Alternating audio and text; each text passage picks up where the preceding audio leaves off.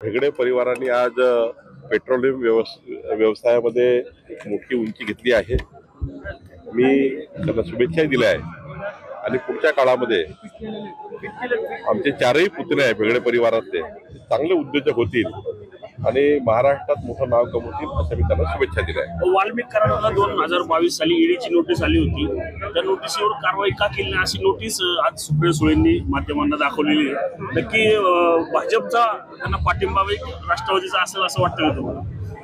खरं आहे, सुप्रिया ताईंना माझी विनंती आहे की अशा प्रकरणामध्ये फार राजकारण करू नये। अशा प्रकरणामध्ये शासनाने केलेली कारवाई आणि त्यामध्ये काही पूरक गोष्टी असतील त्या सरकारकडे दिल्या पाहिजे। अशा बाबीमध्ये वारंवार त्या ठिकाणी राजकारण करून शेवटी सरकारने या प्रकरणामध्ये खूप पुढाकार घेतला आहे। पूर्ण कारवाई सरकार करत आहे।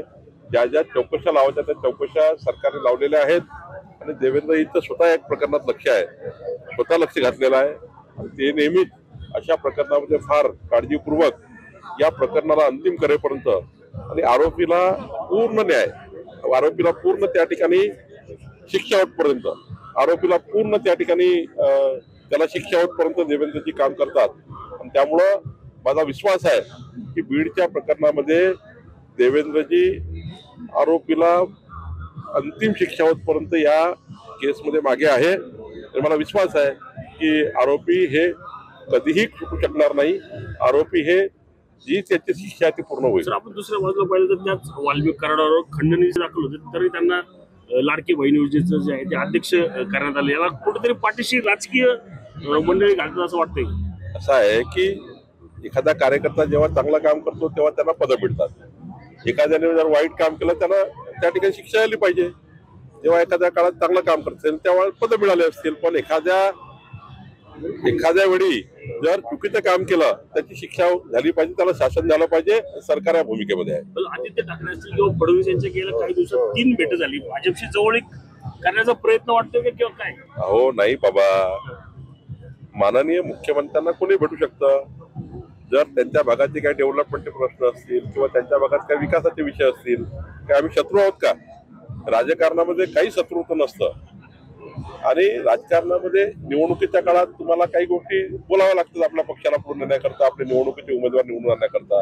पण एकदा निवडणूक झाली, सरकार आलं, सरकार आल्यानंतर जो मुख्यमंत्री येईल त्याच्याकडे जाऊन कामे करावी लागतात। त्यामुळे मला असं वाटतं त्यात काही वेगळं नाही आहे।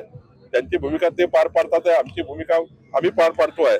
पण विकसित महाराष्ट्र करायचा असेल तर सर्वच पक्षांनी एकत्र येऊन माननीय मुख्यमंत्रीही चर्चा करून आपापले जे काही त्यांच्याकडे ज्या काही चांगल्या गोष्टी आहेत त्या विरोधकांनी दिल्या पाहिजे सरकारला आणि सरकार आणि विरोधी पक्ष बसून या महाराष्ट्राला पुढे नेला पाहिजे। माजी राज्यमंत्री बाळा भेगडे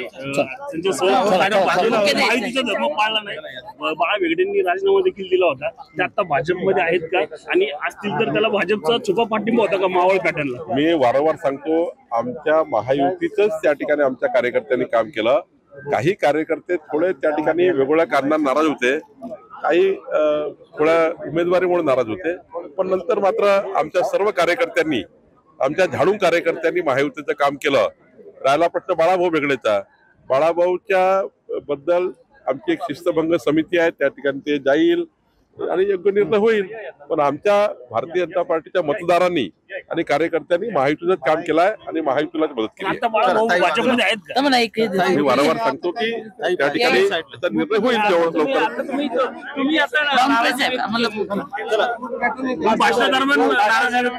नाराजी व्यक्त केली नाही, मी एवढंच सांगितलं यावेळी बाळाभाऊनी आमचं ऐकलं नाही, नक्की ऐकलं।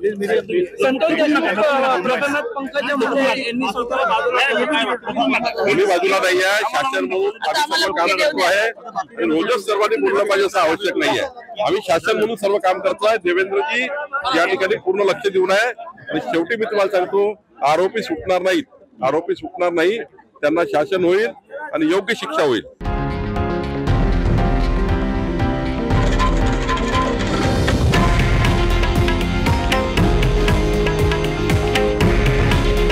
हे आहे देशातील नंबर 1 न्यूज नेटवर्क आणि आपण पाहत आहात TV9 मराठी। काळजी तुमची, हित महाराष्ट्राचं।